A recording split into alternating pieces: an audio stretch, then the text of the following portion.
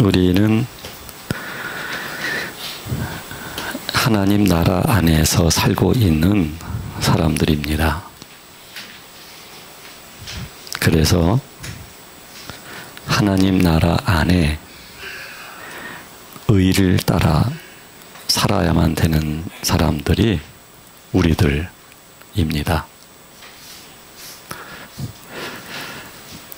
구약에서 하나님 나라에 대한 모형을 말하고 있는데, 이스라엘 백성들이 젖과 꿀이 흐르는 가나안 땅에 들어갑니다.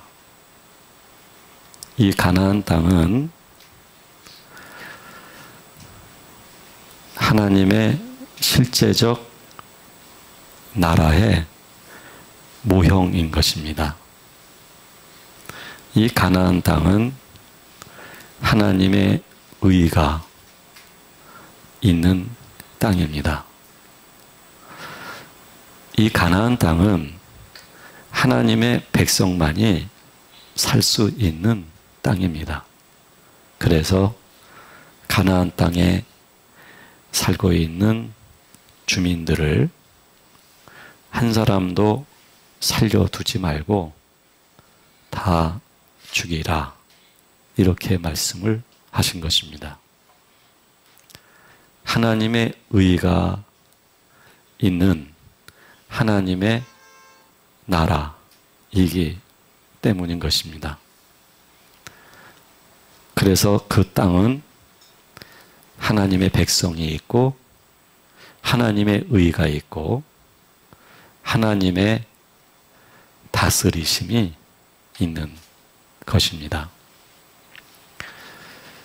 예수 그리스도가 이 땅에 오셨습니다. 우리의 모든 죄를 용서하시기 위해서 십자가에 죽으셨습니다. 그리고 부활하셨고 승천하셨습니다. 그 이전에 하나님 아버지가 하신 약속이 있습니다. 성령님께서 오시는 것입니다. 성령님이 오셔서 하나님의 모든 계획과 그리고 하나님의 의에 대하여 가르쳐 주시고, 예수 그리스도가 우리의 주 되심과 우리의 모든 죄를 대속하시고 속량하셨음을 알려주시고, 진리에 대해서 성령님이 알려주시는 것입니다. 그래서 성령님이 오심으로 인해서 성령님이 오신 그것이 곧 하나님의 나라인 것입니다. 성령님은 우리 주 예수 그리스도의 영이 되시는 것입니다. 바로 그곳이 하나님의 나라인 것인데, 성령님은 공간적으로도 오시지만 성령님은 한 개인 개인의 영혼 속에, 내면 속에 오시는 것입니다. 그래서 구약에서 말하고 있는 가나안 땅이라고 하는 모형적 의미를 실제적 하나님의 나라가 우리 안에 임하였음을 하나님의 언약의 성취를 통해서 보여주고 있는 것입니다. 그러나 이것도 과정적 하나님의 나라인 것입니다. 이 땅에 종말이 오게 됐을 때 하나님의 모든 사람들은 하나님의 나라에서 영원히 살게 될 것입니다. 그 하나님의 나라는 하나님의 의가 있는 나라인 것입니다. 우리가 과정에서의 하나님의 나라를 경험하고 하나님의 의 속에서 살고 있지만, 그렇지만 영원한 나라에 계신 하나님이나 지금 우리에게 임해 계신 하나님이나 똑같은 하나님인 것입니다. 그래서 우리는 현재 속에서도 그 하나님의 나라를 느끼며 하나님의 의 속에서 살아갈 수 있는 사람들이 된 것입니다. 우리에게 있어서 이 세상은 현실입니다. 그러나 우리에게 있어서 우리 안에 임한 하나님의 나라는 현재인 것입니다. 우리는 현실과 현재 속에서 갈등을 갖고 있는 것입니다. 현실의 가장 약한 것은 우리의 육체인 것입니다. 먹는 문제, 마시는 문제, 입는 문제, 이게 우리들에게 있어서는 심각한 문제들이기 때문인 것입니다. 먹어야 살 수 있겠죠. 그리고 성경에서 마시는 거는 아마 유흥적인 것, 즐거움, 나아가서 쾌락이 되는 것이죠. 대체로 마시는 거는 우리를 즐겁게 하거나 또는 유흥적인 사람이 되게 하거나 그렇게 하는 것입니다. 그리고 입는 것은 우리의 의복을 말하기도 하지만 우리의 모든 소유들을 의미한다고 말을 할 수가 있는 것입니다. 이 모든 것들은 현실적인 것들입니다. 그래서 우리가 약한 게 바로 이 현실적인 것. 이게 없어도 힘들고, 그리고 있는 사람은 있는 사람대로 살고 없는 사람들을 무시하고 하니까 있으면 있는 대로 힘들고 죄를 짓고, 없으면 없는 대로 힘들고 또 죄를 짓고 살아가고 있는 것입니다. 그렇지만 성경에서는 무엇을 먹을까, 마실까, 입을까 염려하지 마라 라고 말씀하고 있습니다. 우리가 그렇게 인생의 목표가 다 현실적인 것들입니다.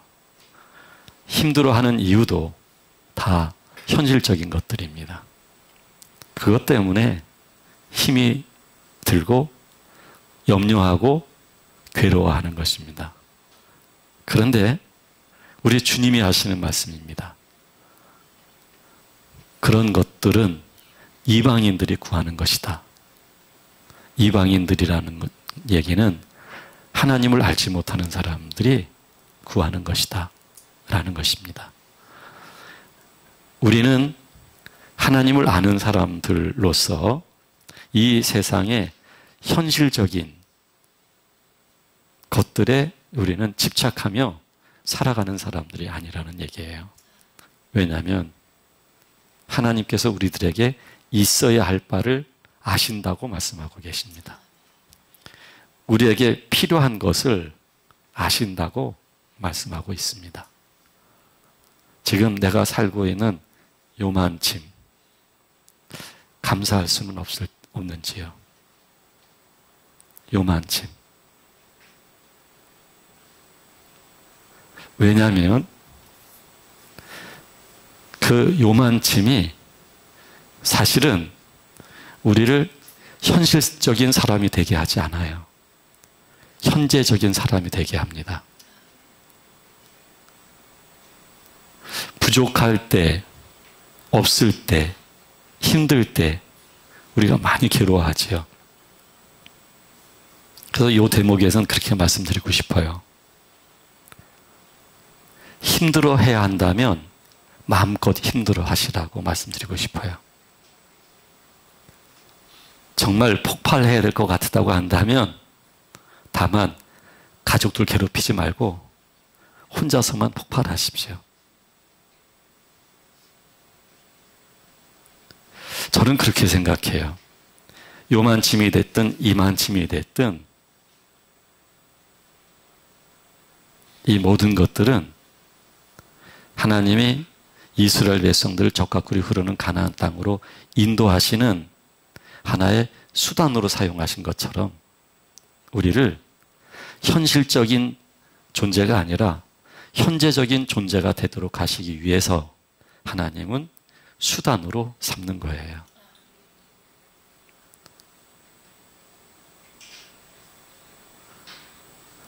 먹을 것이 많은 사람이 있을 수 있어요.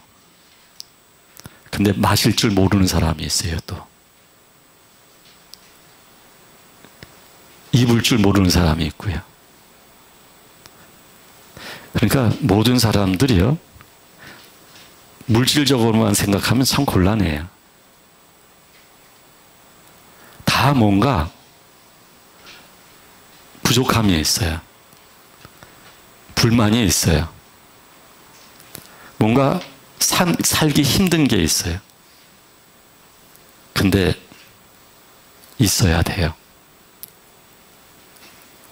그게 없이 행복하다 하면 곤란해요.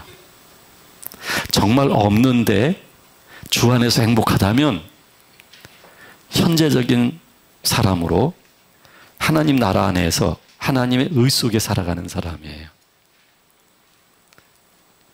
근데 있는데도 행복하다, 주 안에서 행복하다, 이거 참 곤란해요. 주 안에서가 아니라 주 밖에서 행복하다. 그럼 이거 곤란해요. 제가 지금 무슨 얘기를 하려고 하는지 여러분들 아마 눈치채셨을 거예요.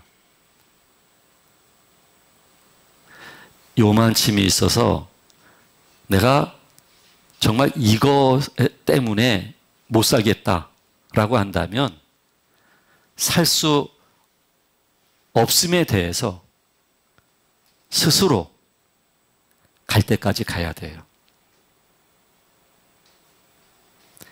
괴로워할 만큼 해야 돼요. 그냥 적당히 괴로워하면서 이것도 아니고 저것도 아니고 곤란해요. 그와 같은 분은 현실적인 삶 속에서도 적당히 살면서 현재적인 하나님 나라 안에도 들어가지 못하는 사람이 되어져요. 그렇게 적당히 사는 분들이 계시거든요. 그런데 정말 갈 만큼 가야 돼요. 그래서 하나님은 우리들에게 그런 걸 하나의 수단으로 활용하셔요. 왜냐하면 우리가 현실적인 사람으로 살지 못하도록 하기 위해서예요. 그리고 우리를 이끄셔서 현재적인 하나님 나라 안에서의 사람으로 살 수 있도록 하나님이 인도를 하시는 거예요. 자꾸 이 현실만 집착하면 곤란해요. 왜냐하면 우리 주님 말씀하셨기 때문이에요. 무엇을 먹을까, 마실까, 입을까 염려하지 마라. 하나님께서 이 모든 것이 너희에게 있어야 할 것을 안다. 하나님이 아신다고 하시는데요. 네. 그러니까 그것은 우리가 구할 것이 아니라고 성경은 말씀하고 있어요. 오직 구해야 되는 것이 있다면 그의 나라와 그의 의를 구하라 하는 거예요. 이스라엘 백성들이 참 하나님 앞에 순종할 줄 모르는 백성들이었어요. 번번이 물에 빠져 있을 때 건져주면, 그리고 서서히 기운이 돌아오게 되면 또 딴짓을 하고, 그러다가 또 구덩이에 빠지고, 또 건져주면 또 딴짓을 하고 그랬어요. 그래서 하나님은 그 이스라엘 백성들에게 끊임없이 역사하실 수밖에 없었던 거예요. 특히 하박국을 통해서 우리는 그것을 명확히 알 수가 있어요. 그 남왕국 유다 백성들이 하나님의 말씀을 듣지 않았거든요. 그래서 하나님은 그때 당시 갈대아 사람들, 이 갈대아 사람들은 아주 강력한 힘을 가지고 있는 신 바벨론 사람들이었어요. 이 사람들은 굉장히 잔인해요. 남의 것을 깃발을 꽂고 내 것이라고 빼앗는 사람이에요. 그리고 잔인하게 때리고 죽이고 그러는 사람들이에요. 자비라고는 없어요. 그런 무자비한 사람들을 하나님은 남왕국에 침략하도록 허용을 하신 거예요. 이때에 하박국 선지자도 의문이 생긴 거예요. 하나님을 알지 못하는 이방인 백성들을 왜 하나님이 저렇게 강대한 나라가 되게 하셨으며, 그리고 하나님을 섬기는 선민인 우리 유다 백성들을 왜 저들의 손에 맡기셔서 침략당하고 노예가 되어지고 빼앗기게 하시고 이해할 수가 없는 거예요. 그래도 하나님을 믿는 백성이 하나님 낫지 않습니까? 저들은 더 악행을 행하는 사람들인데, 그러니까 이해가 안 간 거예요.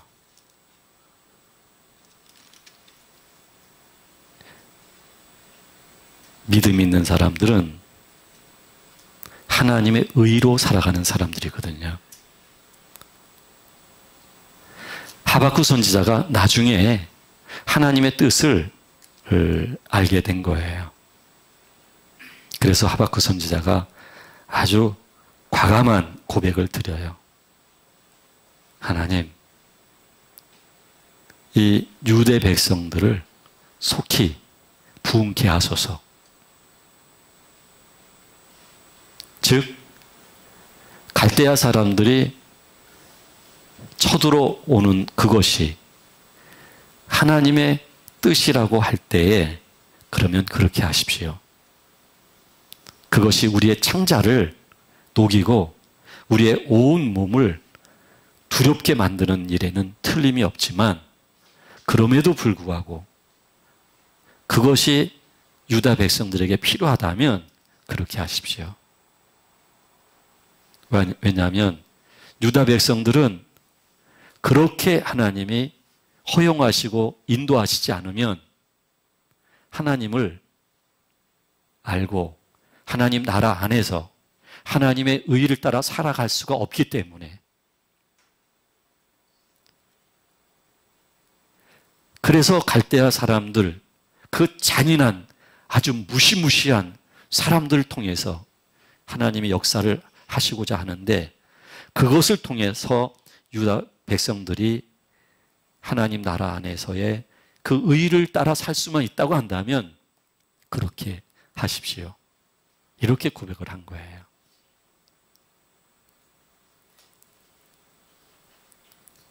그러니까 제가 조금 아까 그런 말씀 드렸잖아요.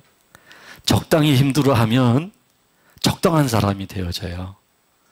현실에서도 적당하게 살고 현재적인 하나님의 나라와 하나님의 의는 따라갈 수가 없어요. 사실은 가장 이 세상에 적응력이 뛰어난 사람들이 적당하게 살아가는 사람들이에요. 그 사람들은 현실적인 적응력이 뛰어나요. 약간의 고민, 약간의 두려움, 그러면서도 순간순간 즐거운 취미를 통해서 스트레스를 한 방에 날려요. 그리고 아무 일 없는 것처럼 살아요. 그러다 또 문제가 생겨요. 심각해져요. 또 취미 생활을 해요. 그리고 또 벗어나요. 적당하게 살면 현실에도 완전히 적응하지 못한 것이고, 현재적 하나님의 나라는 더더군다나 들어갈 수가 없어요. 왜? 하나님이 갈대아 사람이라고 하는 그 바벨론이 말이죠, 아주 강대한 나라로, 그때 당시 최고의 힘을 가진 나라로 그렇게 급성장해요. 하나님은 하나님을 믿는 남유다 백성들을 견고한 나라로 세우지 않으셨어요. 오히려 신바벨론을 견고하게 세웠어요. 그는 하나님이 예비하신 거예요. 유다 백성들을 깨우치시기 위해서. 이거는 적당하게 자꾸 살아가니까요. 자꾸 현실 속에 들어가니까요. 도덕적으로 타락하지요, 부패하지요, 영적으로는 무지하지요, 감각이 없어지죠. 하나님을 향한 종교적 의식은 있지만 마음은 없어요. 믿음은 없어요. 그래서 하나님이 아주 강한 나라를 사용하신 것처럼 하나님은 우리들을 그렇게 허용하셔요. 그래서 숨 막히게 살 수 없을 정도로, 저는 여러분들이 적당하게 자가 호흡을 하며 살아가는 분들이 안 됐으면 좋겠어요. 이게 잘 사는 게 아니에요, 여러분. 그게 축복이 아니에요. 그거 좋아할 일 아니에요. 힘들 필요 있어요. 절망스러울 필요 있어요. 정말 우리라고 하는 사람들은요, 그런 하나님의 허용된 과정으로 가지 않으면 우리는 희망 없는 사람들이에요. 우리 안에서 스스로 변화를 줄 수 있는 사람들이 아니에요. 성경에서 말하는 그의 의는 윤리적 개념의 의가 아니에요. 도덕적인 의가 아니에요. 철학적인 의도 아니고 종교적인 의도 아니에요. 그거는 하나님의 속성이에요. 하나님의 본질이에요. 성경은 말해요. 바리새인과 서기관들의 의만큼 너희가 되지 못하면 하나님 나라에 들어올 수가 없다. 여러분, 바리새인, 서기관, 그들의 의가 대단합니다. 그들의 행실, 그들의 언어 대단합니다. 어렸을 때부터 그런 환경 속에서 그런 교육을 받으면서 자라난 사람들이에요. 프로 운동선수를 아마추어는 못 이겨요. 아마추어는 자신이 하는 일이 따로 있어요. 그리고 취미로서 하는 거예요, 운동은. 프로는 그 일만 하는 거예요. 그 전문성을 갖는 거예요. 못 이겨요.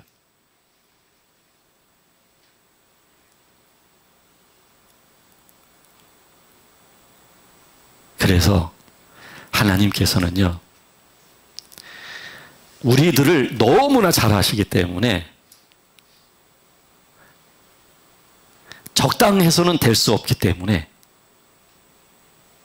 그리고 우리가 가진 의로서는 될 수 없고, 바리새인이나 서기관들의 의를 따라갈 수도 없고, 그들의 그 뛰어난 종교적인 의는 우리가 따라갈 수 없어요. 그럼 우리에게는 하나님의 나라가 임할 수가 없어요. 그래서 하나님이 우리를 견인하시는 거예요. 성령님께서 우리에게 오셔서 우리의 환경 속에서 우리 또 안에서 일을 하시면서 우리를 거룩한 하나님의 자녀가 되어지도록 우리를 견인해 가시는 거예요. 그래서 갈대아 사람들을 허용하신 것처럼 하나님이 우리를 그렇게 인도하시는 거예요. 그래서 힘들다고 한다면 내가 아직 그 힘든 것에 대해서 받아들일 수 없는 사람이 되었다고 한다면 그 힘든 거 힘들 필요가 있어요.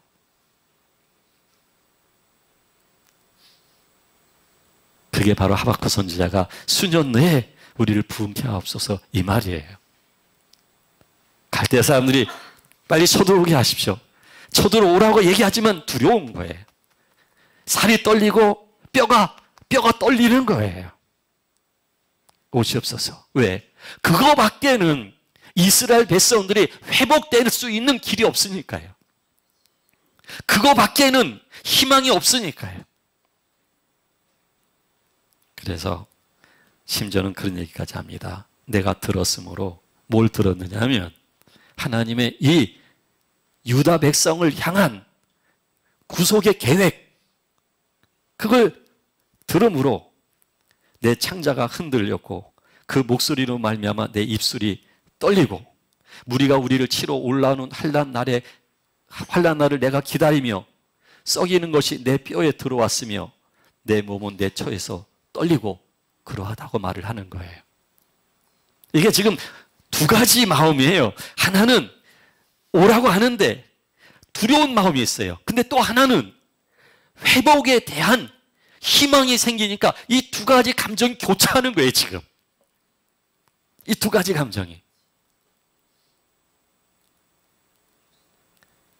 이 두 가지 마음이 교차하다 보니까 그러니까 쳐들어오는 것에 대해서 두렵지만 그 필요성을 아는 거예요.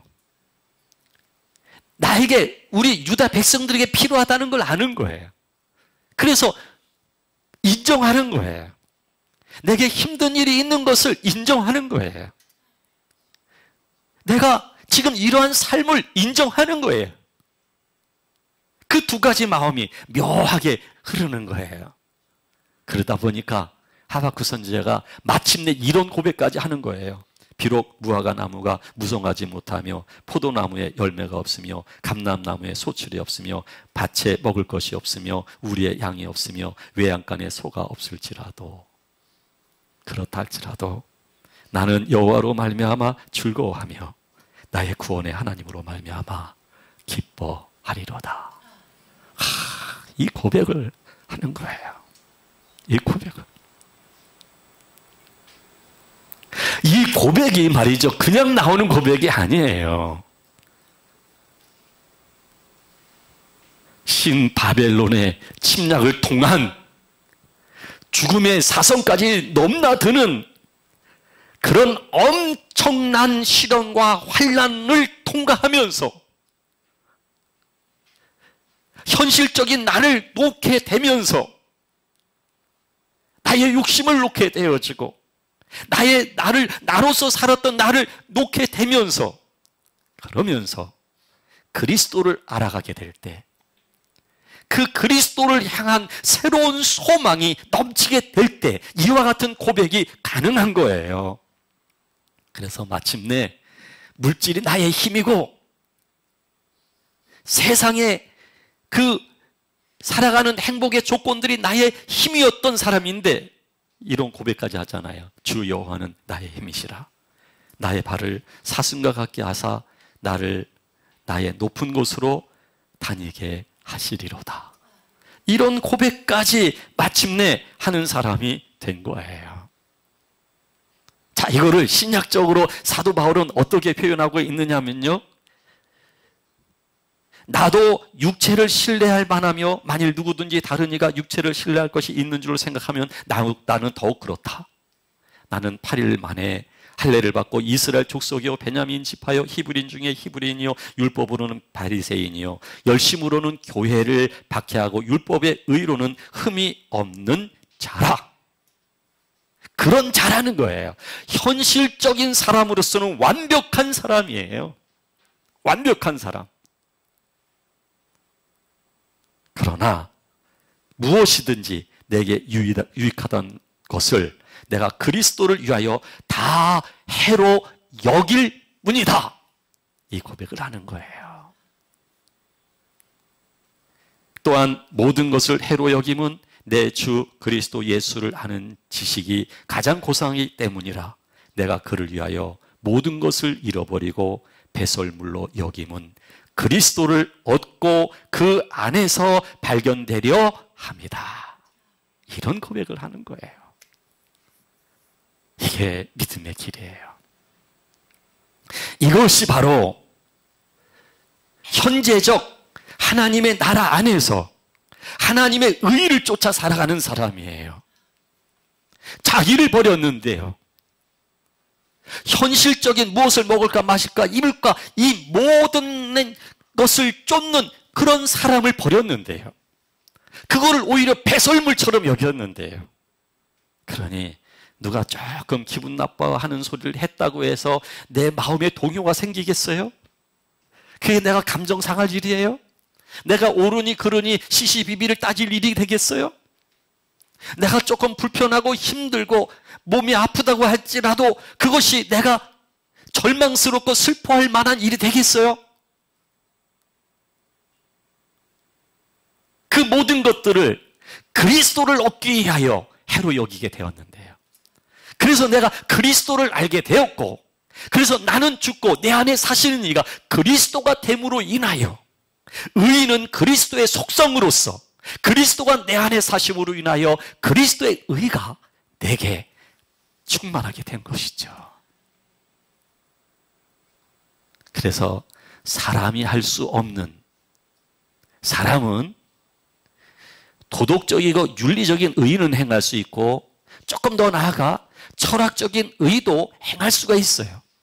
조금 더 나아가 종교적인 의도 행할 수는 있지만 하나님의 의는 도달할 수가 없어요. 그런데 그 하나님의 의를 도달할 수 있는 것은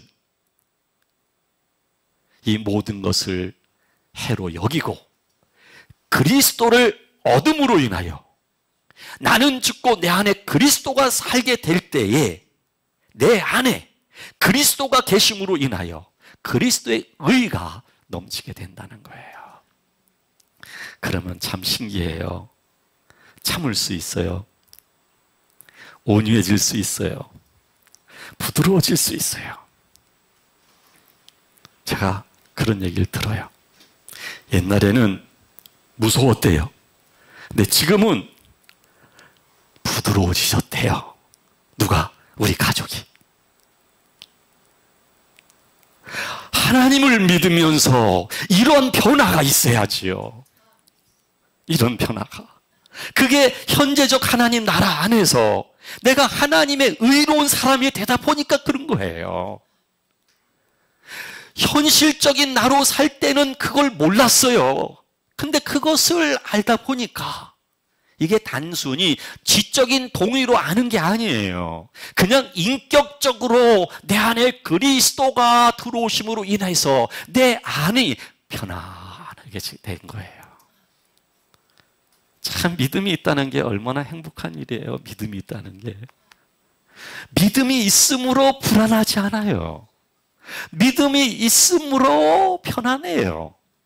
예? 아니 믿음이 없다면 어떻게 살아요? 뭐가 우리를 보장해줘요? 뭐가? 보장해줄 거 아무것도 없어요. 그 누구도 그리스도 안에서 믿음을 가지고 산다는 것. 이거 평안이에요. 평안.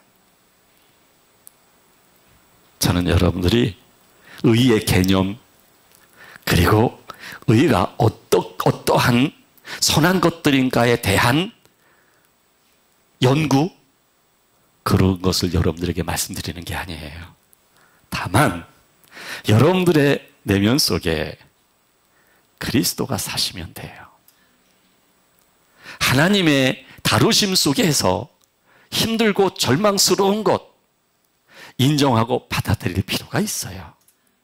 그리고 나를 점점 하나님에 의하여 놓게 되어져 가면서 내가 그리스도 안에서 살게 되는 걸 경험하면 경험할수록 내 안에는 그리스도의 의가 충만하게 되어 있어요.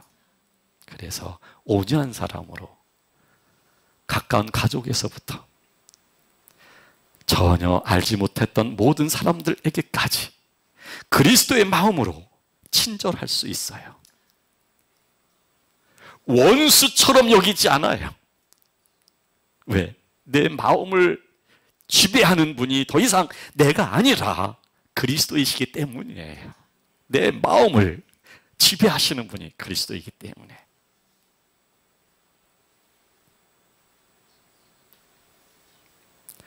메마르시다면, 자꾸 감정의 기복이 심하시다고 한다면, 자꾸 불안하시다고 한다면,